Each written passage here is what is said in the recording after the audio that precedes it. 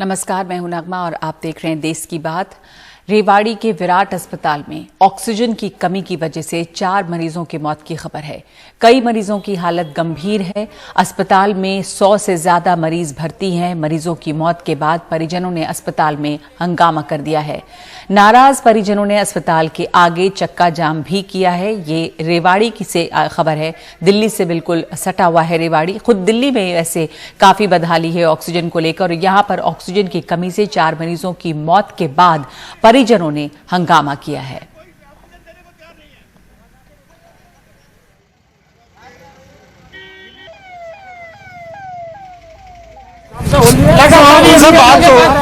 इनकी क्षति हो गई, वो कैसे लाएंगे अपने माँ बाप को?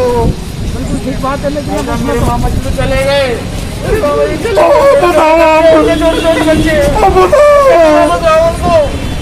लापरवाही जी, सरकार की पूरी लापरवाही है और ब्लैकमारी चल रही है इसकी। अब बताओ क्या करे तो क्या करे, कहाँ ले जाए, जहाँ जाए जिस हॉस्पिटल में जाएंगे उसी में कह रहे कोई ऑक्सीजन नहीं है। यह बिना ऑक्सीजन के पेशेंट मर रहे हैं। 4 पेशेंट डेड हो चुके हैं, 110 के करीब एडमिट है, वो कभी भी एक्सपायर हो चुके हैं। आधे घंटे का बैकअप हमें दिया जाता है, फिर रोक दिया जाता है। 4 मरीज हमारे मर चुके हैं सर, एक्सपायर हो चुके हैं। अभी जो ऑक्सीजन आई कितनी समय की है सर? लगभग सर पौने से 1 घंटा चलेगा सर। पौने घंटे के बाद सर हमारे पास कोई बैकअप नहीं है। प्रशासन को बार फोन किया जा रहा है और सर हमने ये जो खाली सिलेंडर है लोड करवा के दोबारा हम वही वेंडर के बाद भिजवा रहे हैं। देखते हैं आगे क्या होता है। जब मेरे पास 10 मिनट का स्टॉक था, 5 मिनट का, सर हर बार मैंने फोन करके बोला है सर मेरे पास सिर्फ 5 मिनट का स्टॉक रह रहा है सर। उस पर उन्होंने सिर्फ एक ही जवाब दिया, जब तक सीएमओ परमिशन नहीं देंगे जब तक हम आपको सप्लाई नहीं देंगे। सीएमओ साहब का पूछा गया, पता किया गया, सीएमओ साहब मीटिंग में सुबह से चल रहे हैं सर। हमारे साथ हमारे सहयोगी मोहम्मद गजाली इस समय फोन लाइन पे जुड़ रहे हैं। ये एक अस्पताल की कहानी और हम रिपोर्ट देख रहे हैं जहां पर परिजनों ने काफी हंगामा किया है। दिल्ली हो, दिल्ली के आसपास के इलाके हो, ज्यादातर जगहों पर यही हाल है जब ऑक्सीजन की कमी से लोगों की जान गई है। गजाली, क्या संकट इस समय कितना गहरा है वहां पर? ये जो हंगामा हुआ उसके बाद अस्पताल का क्या कहना है? ये है कि सेंटर की तरफ से जो एलोकेशन हो रही है ऑक्सीजन की, तो सेंटर की तरफ से आदेश आ जाता है, लेकिन उस फैक्ट्री से, उस मैन्युफैक्चरिंग यूनिट से अस्पताल तक ले जाने के बीच में कई सारे बॉटलनेक्स हैं जो ऑन पेपर डिस्क्राइब नहीं किया जा सकता। लॉजिस्टिक्स की कमी है, हॉस्पिटल की तरफ से एक्यूरेट इंफॉर्मेशन और उस इंफॉर्मेशन एक्सचेंज जो होता है जिला प्रशासन के साथ, उसमें कुछ कमियां आ रही हैं। दूसरी बात यह है कि अक्सर हम ये समझते हैं, या सरकार के लिए भी एक चुनौती है, क्योंकि अक्सर ये समझा जाता है कि सरकारी अस्पतालों में लोगों की जो एडमिशन है या वहां पर लोग ज्यादा जाते हैं, लेकिन रियलिटी में ये हो रहा है कि लोग प्राइवेट हॉस्पिटल्स में इलाज के लिए ज्यादा जाने की कोशिश कर रहे हैं और सरकार ये समझ रही है कि जो ऑक्सीजन सप्लाई है उसकी ज्यादा जरूरत सरकारी अस्पतालों में है। तो ये जो डाइवर्जन या डिस्ट्रीब्यूशन है ऑक्सीजन सप्लाई का जिलों के अंदर, अलग अलग अस्पतालों में, एक जिले में कितने प्राइवेट हॉस्पिटल्स हैं, किन किन को ऑक्सीजन सप्लाई की जरूरत है। अब जब से ये कोरोना में ऑक्सीजन सप्लाई की कमी आ रही है, तब किसी एक जिले से अलग अलग इंफॉर्मेशन आती है कि अच्छा यहाँ भी एक अस्पताल है जिसको ऑक्सीजन की जरूरत है। तो इन चीजों को सिंक्रोनाइज करने में और सिंक करने में थोड़ा समय लग रहा है, जिसकी वजह से ऐसे हादसा हो रहे हैं। जिस अस्पताल की हम बात कर रहे हैं, विराट हॉस्पिटल, जिसके विजुअल्स आप देख रही हैं रेवाड़ी जिले में, जब ये मौत हुई है, ऑक्सीजन खत्म हुआ है, उसके फौरन बाद वहां पर ऑक्सीजन टैंकर या भरने की जो गाड़ी आती है वो भी पहुंच गई है। तो कहीं ना कहीं जो एक तरह से कह सकें कि चीजें सिंक नहीं हो रही हैं, रिसोर्सेज का भी क्रंच है और इस वजह से ये क्योटिक माहौल बन रहा है। तो प्रशासन जो है अस्पतालों के साथ डेली अपडेट भी लेता है, लेकिन इसके बावजूद कहीं ना कहीं कमियां रह जा रही हैं।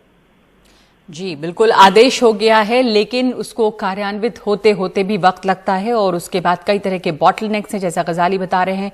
और ये जो स्थिति आपने रेवाड़ी की देखी है वो बहुत सारे अस्पतालों की एक एक करके खबरें सामने आ रही हैं।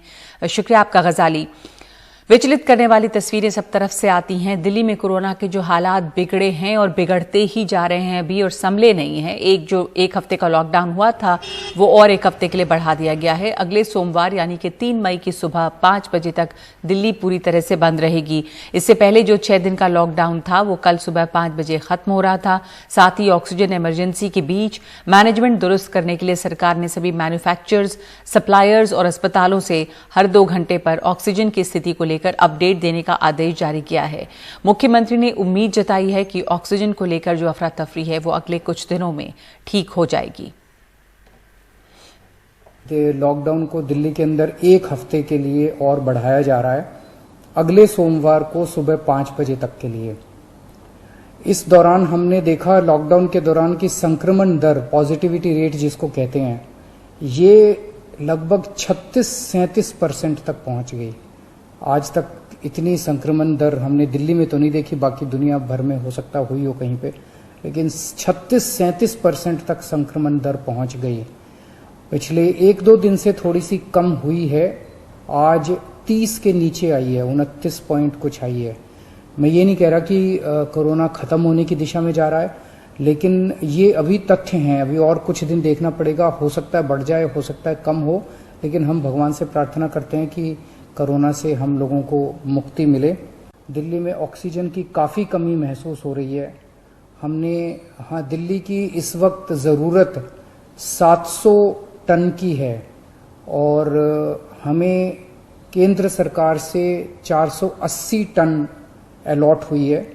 कल 10 टन और अलॉट किया केंद्र सरकार ने, 490 टन अब दिल्ली को अलॉट हुई है। लेकिन ये पूरी अलॉटमेंट भी अभी दिल्ली में नहीं आ रही है, इसका भी काफ़ी कम, एक तरह से कल 330-335 तक ही दिल्ली पहुंची है। तो 700 टन की ज़रूरत है इतने कोरोना की महामारी में, उसके मुकाबले में 330-335 ही पहुंच रही है। ये दिल्ली जो ऑक्सीजन की कमी है, दिल्ली के अंदर ऑक्सीजन पहुंच नहीं रही है, जगह जगह से जो ऑक्सीजन आनी है, ये एक बहुत बड़ा कारण है जो ऑक्सीजन की कमी जगह जगह अस्पतालों में महसूस हो रही है। और दिल्ली के कई बड़े अस्पतालों को देर रात ऑक्सीजन की सप्लाई हुई, लेकिन कुछ अस्पताल आज भी ऑक्सीजन की कमी से जूझ रहे हैं। मॉडल टाउन के पेंटामेड अस्पताल भी उन्हीं में से एक है जहां ऑक्सीजन का संकट लगातार बना है। इस अस्पताल में बस कुछ ही मिनटों का ऑक्सीजन बचा है। अब मरीजों के परिजन कुछ सिलेंडर लेकर वहां पहुंचे हैं। जानकारी इस बारे में और जानकारी हमें दे रही है हमारी सहयोगी सुकीर्ति द्विवेदी। हम इस समय दिल्ली के पेंटामेड अस्पताल में मौजूद हैं। लगातार ऑक्सीजन की कमी दिल्ली के अस्पतालों में बनी हुई है। 50 पेशेंट हैं अंदर, इनमें से सब 50 पेशेंट्स को ऑक्सीजन सपोर्ट की ज़रूरत है। लगातार इस अस्पताल के अधिकारी मांग रहे हैं ऑक्सीजन, सरकार से गुहार लगा रहे हैं, पर अब तक कोई यहाँ पर टैंकर नहीं पहुँचा है। कई रिश्तेदारों से कहा गया कि आप अपने मरीज के लिए ऑक्सीजन लेकर आएँ, तो रिश्तेदार जो है दूर दूर तक गए हैं, मानेसर तक गए हैं, पर ऑक्सीजन सिलेंडर भरवा कर लाए हैं अपनी पर्सनल गाड़ियों में और ऐसे अपने मरीज तक ऑक्सीजन पहुंचाया है। तो या तो मरीज सिलेंडर लेकर आ रहे हैं या अस्पताल का अपना स्टाफ ऑक्सीजन प्लांट्स में जा करके घंटों लाइन में लग करके ऑक्सीजन सिलेंडर्स को भरवा रहा है। सिलेंडर्स आते हैं हर 2-3 घंटे में और अगले कुछ घंटों का इंतज़ाम हो पाता है। इस तरह से अस्पताल के मरीजों का काम चल रहा है, पर इससे ज़्यादा एक लंबे समय की सप्लाई का अब तक कोई इंतज़ाम नहीं हो पाया है और रोज़ हम दिल्ली के अस्पतालों को संघर्ष करते हुए देखते हैं। ये लगातार 7वां दिन है जब ये अस्पताल जो है दिल्ली के देश की राजधानी के वो गुहार लगा रहे हैं कि ऑक्सीजन ख़त्म होने वाली है, हमारे पास गंभीर अवस्था में पेशेंट्स हैं, उनकी मदद कर दीजिए। नई दिल्ली से कैमरा पर्सन संजय कौशिक के साथ सुकीर्ति द्विवेदी, एनडीटीवी इंडिया के लिए। इस बीच दिल्ली के उप मुख्यमंत्री मनीष सिसोदिया ने ट्वीट किया है और कहा है कि आज एक ऐसे अस्पताल का ऑक्सीजन SOS आया जिसके पास अभी 18 किलोलीटर ऑक्सीजन मौजूद है, जबकि एक दिन का खर्च 4.8 किलोलीटर है। इसी तरह एक और छोटे अस्पताल की खबर मीडिया में चली। बात करने पर पता चला कि कल 30 ऑक्सीजन सिलेंडर उन्हें दिए गए, जिसमें से 20 अभी बचे हैं। अस्पतालों से अनुरोध है कि ऑक्सीजन की कमी को लेकर गैर जरूरी चेतावनी से बचें। ऐसा करने से जरूरतमंद अस्पतालों तक मदद पहुंचाने में समस्या आ रही है। बहरहाल सरकार भले ही ये दावा कर रही हो कि ऑक्सीजन की कोई कमी नहीं है, लेकिन जमीन पर हालात में बहुत कुछ सुधार दिखाई नहीं दिया है। जमीनी हालात कुछ अलग ही हैं। गाजियाबाद के इंदिरापुरम में मौजूद एक गुरुद्वारे के बाहर खालसा हेल्प इंटरनेशनल खुद के ऑक्सीजन के सिलेंडर से कई मरीजों को ऑक्सीजन दे रहे हैं। यहां ऑक्सीजन लेने के लिए लोगों की भीड़ लगी हुई है।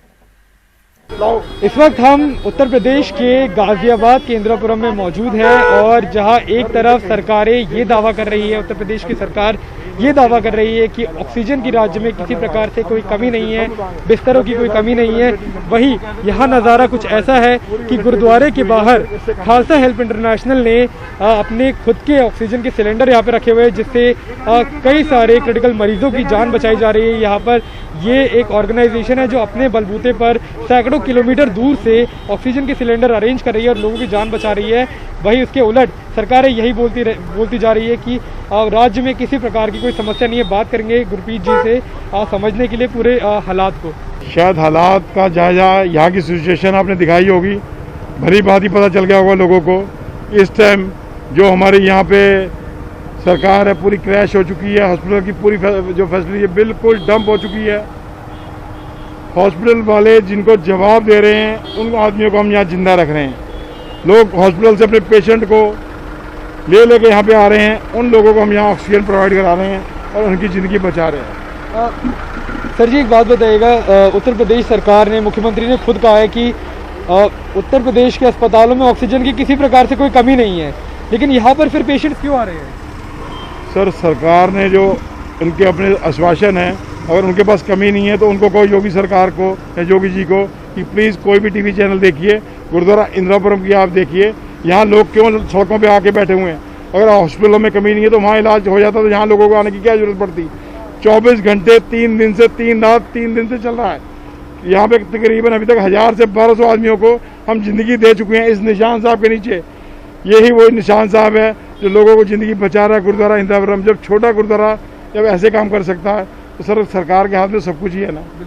तो हमने बात करी अभी गुरप्रीत जी से जो खालसा हेल्प इंटरनेशनल के फाउंडर है। उन्होंने साफ तौर पे यही कहा है कि जब तक उनसे बन पड़ेगा वो हर प्रयास करेंगे लोगों की जान बचाने के लिए। और अब तक 11 से 1200 लोगों को यहाँ पर उत्तर प्रदेश में ऑक्सीजन मुहैया कराई जा चुकी है। इन सभी गाड़ियों में यहाँ पर कोरोना के काफ़ी गंभीर मरीज है और जहाँ सरकारें दावा कर रही है कि सब कुछ ठीक है, वही लोग ग्राउंड पर असल में लोगों की जान बचा रही है। कैमरा पर्सन गौरी प्रसाद के साथ में अक्षय होंगे, NDTV India.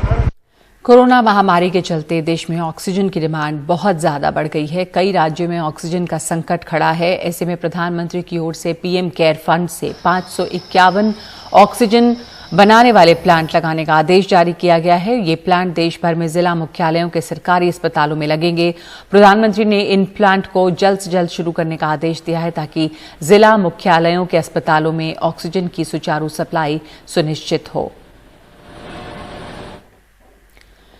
Electronic and information ministry के सूत्रों के मुताबिक सरकार ने ट्विटर से कुछ अकाउंट बंद करने के लिए कहा है।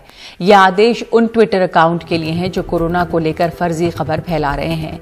सरकार ने साफ किया है कि ये कार्रवाई कोरोना से लड़ाई में सरकार की कार्यशैली पर सवाल उठाने वालों पर नहीं है। सरकार के मुताबिक कार्रवाई सिर्फ उन्हीं पर जो पुरानी तस्वीरों से अफरा तफरी मचाने की कोशिश कर रहे हैं।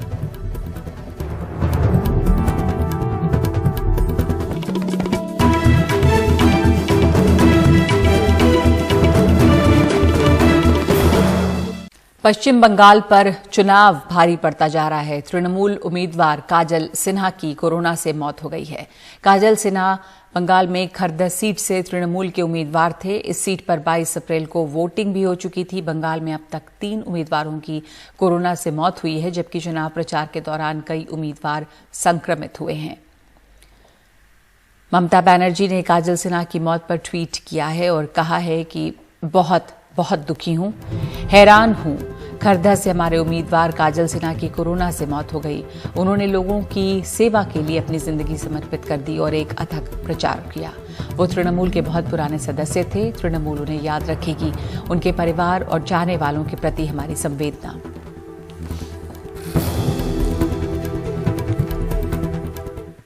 चुनावी राज्य पश्चिम बंगाल में कोरोना के मामले बढ़ गए हैं और 8 दिनों में ही कोरोना के मामले दोगुने हो गए हैं। 8 दिन पहले जहां करीब 45,000 एक्टिव केस थे, वहीं अब 81,000 से ज्यादा एक्टिव मरीज हो चुके हैं। पिछले 24 घंटे में 14,281 नए केस सामने आए हैं और 59 मरीजों की मौत हुई है। कोलकाता में 2,970 नए केस सामने आए और 20 मरीजों की मौत हुई।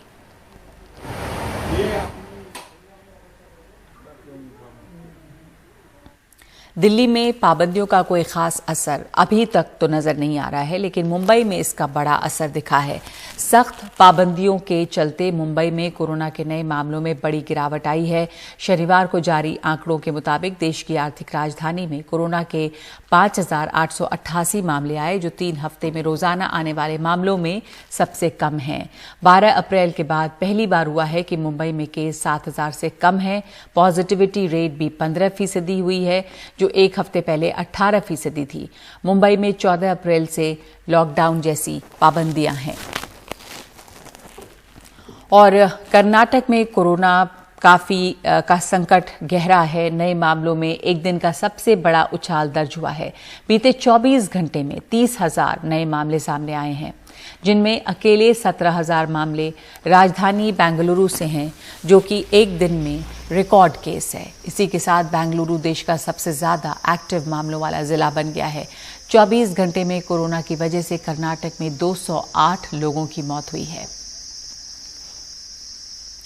और कांग्रेस के वरिष्ठ नेता रणदीप सुरजेवाला ने आज टीके की अलग अलग कीमतों को लेकर केंद्र सरकार पर निशाना साधा और कहा कि क्या महामारी के दौरान मुनाफाखोरी की इजाजत होनी चाहिए।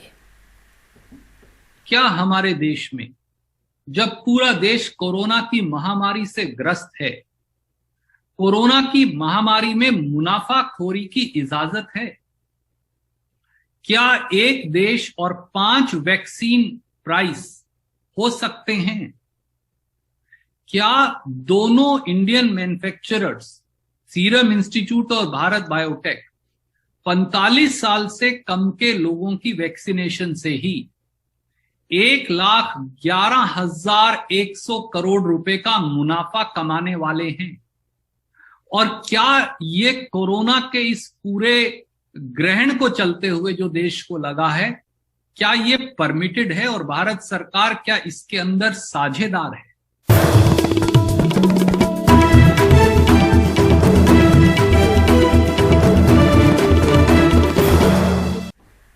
मध्य प्रदेश के लिए बोकारो से आ रहे ऑक्सीजन टैंकर अभी तक मध्य प्रदेश के सागर नहीं पहुंच पाए हैं। ऑक्सीजन टैंकर पर उत्तर प्रदेश जीआरपी ने कब्जा कर लिया है, ये खबर आ रही है। ऑक्सीजन टैंकर को जबरन झांसी ले जाने का भी आरोप लगा है। हमारे साथ अनुराग द्वारी इस वक्त मौजूद हैं, रेजिडेंट एडिटर, फोन लाइन पे। अनुराग, बताइएगा क्या जानकारी मिल रही है इस खबर को लेकर?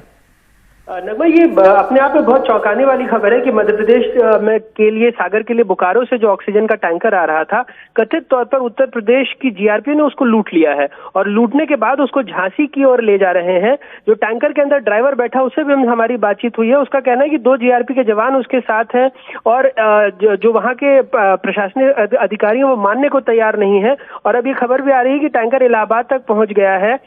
सुबह 9 बजे से सागर कलेक्टर और सागर डिवीजन के जो कमिश्नर है वो उत्तर प्रदेश के अधिकारियों से बातचीत कर रहे हैं। मध्य प्रदेश में भी हाई लेवल की मीटिंग चल रही है। मुख्यमंत्री चीफ सेक्रेटरी के संज्ञान में मामला आ गया है और लगातार बातचीत का दौर जारी है। अब ये भी खबर आ रही है कि मुख्यमंत्री चिट्ठी भी लिख रहे हैं, लेकिन अभी तक टैंकर मध्य प्रदेश को वापस सौंपा नहीं गया है। सागर में हालात बहुत खराब है और अगर ये टैंकर नहीं पहुंचा तो वहां के अस्पतालों के लिए एक बहुत बड़ी समस्या खड़ी हो सकती है। जी, और ये धन्यवाद आपका अनुराग। ये परेशानी लगातार आ रही है कई राज्यों के बीच, जब एक राज्य दूसरे राज्य के लिए जाने वाले ऑक्सीजन टैंकर पर कब्जा कर रहे हैं, जबकि कोर्ट ने इसके ऊपर आदेश भी दिया है कि बाधा न बनाए जाए ऑक्सीजन टैंकर्स के रास्ते में। फिर भी ये खबर अभी आई है कि सागर के लिए ऑक्सीजन टैंकर नहीं पहुंचा और उसे उत्तर प्रदेश में कथित तौर पर रोक लिया गया है, वो भी जीआरपी ने रोका है। कोरोना संक्रमण की बढ़ती रफ्तार के मद्देनजर सरकारी अस्पतालों के इंतजाम नाकाफी हैं। निजी अस्पताल भी पूरे भर चुके हैं। निजी अस्पतालों में भी जगह नहीं है, आईसीयू में जगह नहीं है। ऐसे में कई गैर सरकारी संस्थाएं आगे आई हैं और सरकारें भी अब इनकी मदद कर रही हैं। इंदौर में खंडवा रोड स्थित राधा स्वामी सत्संग ब्यास आश्रम में देश का दूसरा और मध्य प्रदेश का सबसे बड़ा कोविड केयर सेंटर तैयार हो चुका है। फिलहाल 600 बेड्स हैं। इसे 6000 तक बढ़ाए जाने की कार्य योजना भी तैयार की जा चुकी है।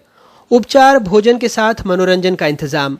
सेंटर को 4 भागों में बांटा गया है। इंदौर के 4 प्रमुख अस्पताल मेदांता, बॉम्बे, चोइथराम और राजश्री अपोलो हॉस्पिटल को सेंटर के सुपरविजन की जवाबदेही सौंपी गई है। इन अस्पतालों से डॉक्टरों का अमला यहां पर सेवाएं प्रदान करेगा। साथ ही गंभीर स्थिति होने पर मरीजों को एम्बुलेंस से दूसरे अस्पतालों में रेफर भी किया जा सकेगा। जन भागीदारी से करीब 2 करोड़ रुपए की लागत से 2 ऑक्सीजन प्लांट तैयार किए जा रहे हैं। इनकी क्षमता 850 लीटर प्रति मिनट रहेगी। योजना 10 दिन में बीना में 1000 बिस्तर वाले अस्थायी कोविड अस्पताल को शुरू करने की भी है, जिसमें सीधे बीना रिफाइनरी से ऑक्सीजन सप्लाई होगी। बीना रिफाइनरी में जो ऑक्सीजन है उसका उपयोग करके हम मरीजों का इलाज करने के लिए 1000 बिस्तर का अस्पताल आगा सौद बीना रिफाइनरी में ही बना रहे। उस अस्पताल को बनाने में DRDO को सहयोग चाहिए। मैंने रक्षा मंत्री जी से प्रार्थना की, उन्होंने हमें वचन दिया कि DRDO इस पर पूरा सहयोग करेगा। अस्पताल के निर्माण का काम प्रारंभ कर दिया गया है। भोपाल रेलवे स्टेशन के प्लेटफॉर्म नंबर 6 पर 20 डिब्बों में 320 बेड हैं, जिनमें कोविड के शुरुआती मरीजों को रखा जाएगा। आइसोलेशन कोच में डॉक्टर और मेडिकल स्टाफ की तैनाती के साथ कूलर भी लगाए गए हैं, जिससे मरीजों को गर्मी न लगे। भोपाल में लगभग हम 5000 बिस्तरों का कोविड केयर सेंटर शुरू करने की स्थिति में है और इसका टर्न अप देखकर हम आगे भी इसकी व्यवस्थाओं को आगे बढ़ाएंगे। और हमने मध्य प्रदेश में कोविड केयर सेंटर को केवल बिस्तर लगाकर मरीजों को लिटाने का काम किया जाए, इसकी व्यवस्था नहीं की है। हमने हर कोविड केयर सेंटर को कहीं ना कहीं मेडिकल बैकअप दिया है और उसके माध्यम से ये सुनिश्चित किया है कि हम यदि कोविड केयर सेंटर में किसी की तबीयत बिगड़ती है तो उसका इलाज भी तत्काल करेंगे। कांग्रेस नेता विवेक तनखा ने जबलपुर में ऑक्सीजन टैंकर पहुंचाए, तो बीजेपी के राहुल कोठारी भोपाल में अपनी संस्था के जरिए ऑक्सीजन कॉन्सेंट्रेटर निःशुल्क दे रहे हैं। ऐसी ऑक्सीजन जनरेटर हम उनके घर पहुंचाएंगे और कम से कम 1-2 दिन का वो प्रोसीजर, जब तक उनको रिलीफ महसूस नहीं होता, वो उनके घर पे रहेगा। बाद में वो अपने आप में हॉस्पिटल शिफ्ट हो सकती हैं, रिलीफ महसूस करती हैं, उनके ऊपर है। लगातार संस्था के द्वारा प्रयास किया गया कि उनको घर पे ही रिलीफ दिया जाएगा, क्योंकि कई बार उनके जो साथ के रहते हैं, उनके अटेंडेंट रहते हैं, वो जगह जगह अस्पताल के लिए जाते हैं, दवाइयों के लिए जाते हैं, तो वहाँ भी संक्रमण फैलने का खतरा रहता है। इस सबसे भी इसमें रोकथाम मिलेगी। देखिए, हमारे द्वारा फर्स्ट फेज में इस पूरे मशीन में 60 मशीनों को हम लोग ले रहे हैं, जिसमें 40 अभी हमें प्राप्त हो चुकी हैं और लगातार बाकी भी अन्य ट्रांसपोर्ट के माध्यम से हमें प्राप्त हो रही हैं। राज्य के अस्पतालों में 1 अप्रैल को कुल 21,159 बिस्तर थे, वहीं आज बिस्तरों की संख्या बढ़कर 40,784 हो गई है। लेकिन इसी अनुपात में मरीज भी बढ़ते जा रहे हैं, जो गंभीर चिंता का विषय है। सरकार अपनी तरफ से वैकल्पिक इंतजाम कर रही है, लेकिन जिस तरह से मरीजों की संख्या बढ़ रही है और पॉजिटिविटी रेट 23% के आसपास बनी हुई है, आने वाले दिनों में सरकार के लिए एक बड़ी चिंता का सबब है। भोपाल से कैमरा पर्सन रिजवान खान के साथ अनुराग द्वारी, NDTV इंडिया।